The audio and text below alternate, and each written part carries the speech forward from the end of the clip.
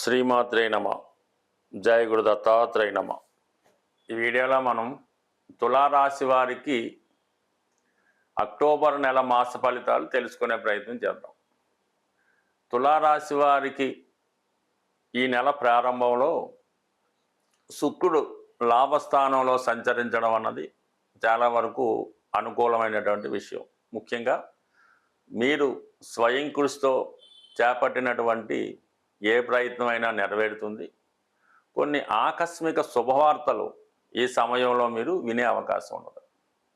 అయితే ఈ సమయంలో మీరు మీ యొక్క టాలెంట్ని పెంచుకునే ప్రయత్నం నెరవేరుతూ ఉంటుంది.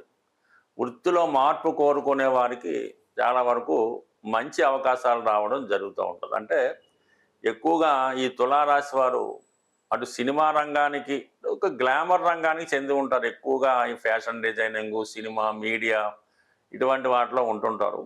అటువంటి వారికి ఇంకా మీలో నైపుణ్యం పెంచుకొని ఇంకా మీరు కొత్తగా ప్రజెంట్ చేయాలనే ఉద్దేశంతో మిమ్మల్ని మీరు ఇంప్రూవ్ చేసుకోవడం, తగు విధంగా మీ యొక్క స్టేటస్ కూడా పెరుగుతూ ఉంటుంది. మీ యొక్క రెమ్యునేషను, మీ యొక్క అభిమానులు, పాపులారిటీ ఇవన్నీ కూడా పెరిగే అవకాశం ఉన్నది. మంచి మంచి అవకాశాలు కూడా రావడం జరుగుతూ ఉంటుంది. అంటే ఇప్పటిదాకా మీకు వచ్చినటువంటి అవకాశాల కన్నా కొద్దిగా డిఫరెంట్గా ఉన్నటువంటి అవకాశాలు రావడం జరుగుతుంది. అంటే మిమ్మల్ని మీరు ప్రూవ్ చేసుకునే విధంగా ఈ అవకాశాలు రావడం జరుగుతూ ఉంటుంది.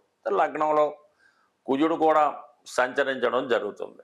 ఒక విధంగా కుజుడు ఈ రాశి వారికి పాపగ్రహం అయినప్పటికీ కూడా మీలో ఉన్నటువంటి క్రియేటివిటీ, టాలెంట్ పెంచుకోవడానికి, మీలో ఉన్నటువంటి సమర్థత పెంచుకోవడానికి, మీలో పనిలో వేగం పెంచుకోవడానికి కుజుడు చాలా వరకు సహకరించడం జరుగుతూ ఉంటుంది. ఒక విధమైన కాన్ఫిడెన్స్ని, ధైర్యాన్ని ఈ గ్రహం మీకు ఇవ్వడం జరుగుతూ ఉంటుంది. అలాగే మీ యొక్క ప్రజెంటేషను అంతా కూడా 10 మందికి ఆకర్షించే విధంగా రావడం జరుగుతూ ఉంటుంది. అంటే చేసే కార్యక్రమాల్లో ఒకటి ఆలోచించి నిర్ణయం తీసుకోవడం మంచిది. ఎక్కువగా రియల్ ఎస్టేట్ రంగంలో ఉన్న వాళ్ళకి, స్థిరాస్తి సంబంధించిన వ్యవహారాలు, కన్స్ట్రక్షన్ రంగంలో ఉన్న వాళ్ళకి చాలా వరకు మంచి మంచి అవకాశాలు రావడం జరుగుతూ ఉంటుంది. మీలో మార్కెటింగ్ స్కిల్స్ పెరగడం వల్ల ఎటువంటి దాన్నన్నా మీరు దాన్ని సేల్ చేయగలరు, కొనగలరు, అమ్మగలరు, ఏదన్నా చేయగలరు. దానికి తగు లాభం కూడా రావడం జరుగుతూ ఉంటుంది. అంటే మీ యొక్క ప్రయత్నంతో మీరు ఒక 10% ప్రయత్నం చేస్తే 100% ప్రయత్నం అన్నది ఈ సమయంలో రావడం జరుగుతూ ఉంటుంది. మరి ముఖ్యంగా 12వ స్థానంలో రవి బుధ సంచారం అన్నది ఎక్కువగా చారిటబుల్ కార్యక్రమాలు, 10 మందికి హెల్ప్ చేయడం, ఎవరైనా ఇబ్బందుల్లో ఉంటే వాళ్ళని ఆదుకోవడం, ఇలాంటి కార్యక్రమాలు జరుగుతూ ఉంటాయి. అంటే ఏదో మామూలుగా పిల్లల్ని చదివించడమో, అనాథులను ఆశ్రయించడమో, దానికి సంబంధించిన వరకు మీరు వ్యక్తిగతంగా కానీ ప్రభుత్వ పథకాలు లేదా ప్రభుత్వానికి సహకరించడం, ఇవన్నీ కూడా ఎక్కువ హెల్పింగ్ నేచర్ జరుగుతూ ఉంటుంది. ఎవరికి ఎటువంటి సహకారం అవసరమైనా అది మీ దగ్గరికే రావడం, తగు విధంగా మీరు సహకరిస్తూ ఉంటారు. కొన్ని బాధ్యతలు మీ మీద పడడం వల్ల మరి కొంత వైద్యపరమైనటువంటివి మీ పెద్దవాళ్ళని చూపించడం, బంధువుల్ని వారికి సహకరించడం జరుగుతూ ఉంటుంది. తప్పనిసరి పరిస్థితుల్లో ఆర్థిక పరమైనటువంటి ఒత్తిడి చాలా వరకు ఈ వారం మీ మీద పడడం జరుగుతూ ఉంటుంది. ఇవన్నీ అనుకూలంగా మార్చుకుంటూ గురుగ్రహం, ఇంపార్టెంట్గా గురుగ్రహం ప్రస్తుతం భాగ్యస్థానంలో ఉంటూ మరి ఇదే నెల అక్టోబర్ 18వ తారీఖున దశమ స్థానంలోకి రావడం జరుగుతూ ఉంటుంది. అంటే ఒక విధంగా ఉద్యోగంలో మార్పుడానికి, అంటే ఉద్యోగంలో మార్పు, స్టేటస్ మార్పు కూడా రాగుతూ ఉంటుంది. ఎప్పటి వరకు మీరు వృత్తిలో చేసిన దానికన్నా రేపు చేయబోయే వృత్తిలో చాలా మార్పులు రావడం జరుగుతూ ఉంటుంది.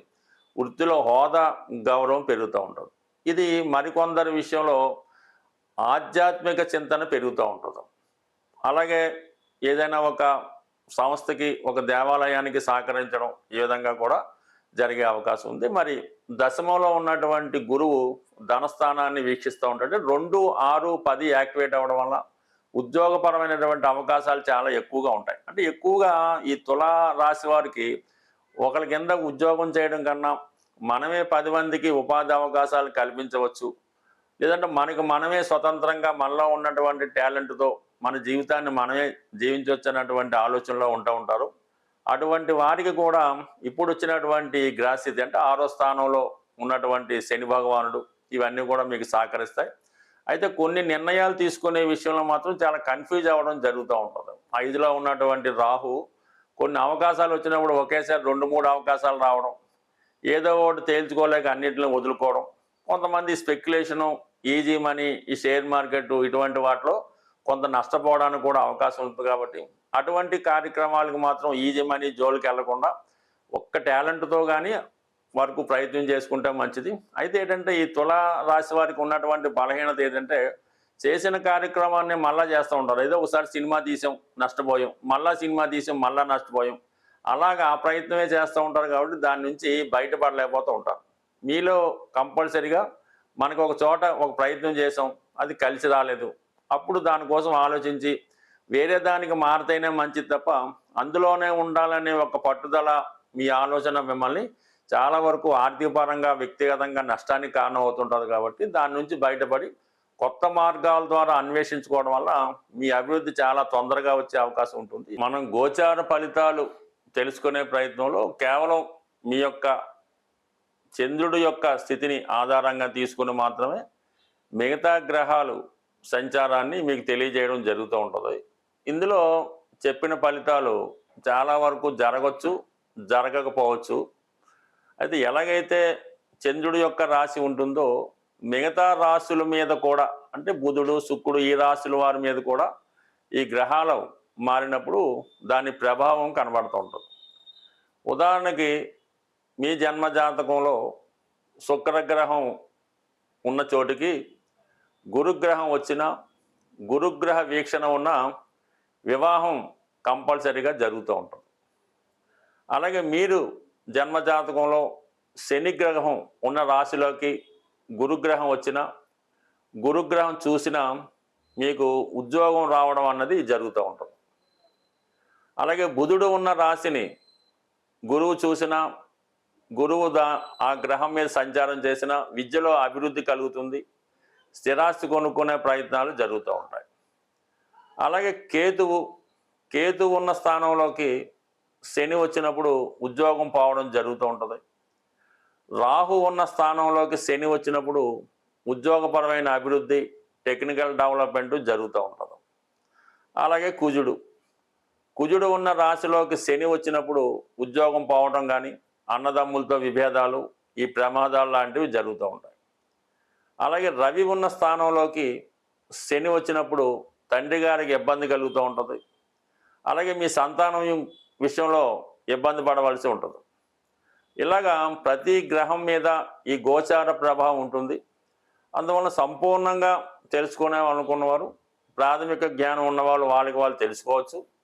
లేనప్పుడు కొద్దిగా అనుభవం ఉన్న జ్యోతిష్కుని సంప్రదించి ఏదైతే గ్రహం పాపగ్రహాల చేత ఇబ్బంది పడుతుందో ఆ గ్రహానికి మీరు పరిహారం చేసుకోవడం వల్ల ఖచ్చితమైన ఫలితం రావడం జరుగుతూ ఉంటుంది. అంటే ఏ పరిహారం కన్నా గోసేవ చేయడం వల్ల కానీ, గోవుకి సరైనటువంటి అంటే మంచి ఆహారాన్ని అందించడం వల్ల, అలాగే గోక్షీరంతో మీ ఇష్టదైవానికి, అంటే ఎక్కువగా అన్నిటికీ శివుడే కాబట్టి శివుడికి అభిషేకం చేయడం వల్ల చాలా ఎక్కువ ఫలితాన్ని తొందరగా మనం పొందవచ్చు.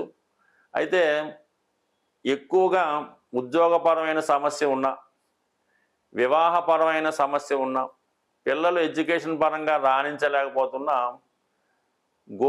అంటే గోవులకి పచ్చగడ్డి పెట్టడం వల్ల మీ యొక్క సమస్య పరిష్కారం అవుతూ ఉంటుంది. అంటే కొన్ని పట్టణాల్లో అది దొరకడం కష్టం, కానీ ఏదో విధంగా సేకరించి, అంటే ఒకేసారి ఎక్కువ గోవులకి ఈ పచ్చగడ్డిని ఇవ్వాల్సి ఉంటుంది. నామకాహ ఏదో కొద్దిగా పచ్చగడ్డి తెచ్చి ఒక ఆవు పెడితే దాని ఫలితం అయితే కనబడదు. ఎక్కువ గోవులు ఉన్న చోట ఆ గోవులకి, అంటే సుమారు ఒక 100 గోవులన్నా ఉండాలి. అటువంటి గోవులకి ఇంచుమించుగా 100 గోవులకి ఈ పచ్చగడ్డిని మీకు అనుకూలమైన రోజులు, అంటే ఏదైనా సాధన తార, క్షేమతార వచ్చినప్పుడు ఆ గోవులకి ఈ పచ్చగడ్డి ఆహారంగా మీరు తినిపించవచ్చు. లేదంటే మీ సిబ్బందితో పెట్టచ్చు. మీరు మీ ప్రెజెన్స్ మాత్రం అక్కడ ఉండాలి. ఆ గోవులు అవి తిన్నప్పుడు ఆ కళ్ళలో ఆనందాన్ని, మీకు చాలా సంతోషాన్ని కలిగిస్తూ ఉంటుంది. అలాగే మీ ఫలితం, మీ పని కూడా తప్పకుండా నెరవేరుతుంటుంది. ఏదన్నా పరిహారం మనం చేసుకునే మనకి ఉన్నటువంటి అవకాశాన్ని బట్టి చేయాలి తప్ప ఏదో నామినల్గా ఏదో డొనేషన్ చేయమన్నామని ఏదో 10 మందికి భోజనం పెట్టకుండా సాధ్యమైనంత వరకు అది ఒక స్థాయిలో ఉంటేనే ఆ ఫలితం కూడా మీకు రావడం జరుగుతూ ఉంటుంది. బట్ ఏదైనా కేవలం ఈ గోచార ఫలితాలు చంద్రుని మట్టి మాత్రమే చెప్పడం జరుగుతుంది. ప్రతి గ్రహం మీద ప్రతి గ్రహ ప్రభావం ఉంటుంది. అది సంపూర్ణంగా తెలుసుకోవడం వల్ల డే టు డే, మంత్ ఎప్పటికప్పుడు కార్యక్రమాలు మనం చేసుకోవచ్చు.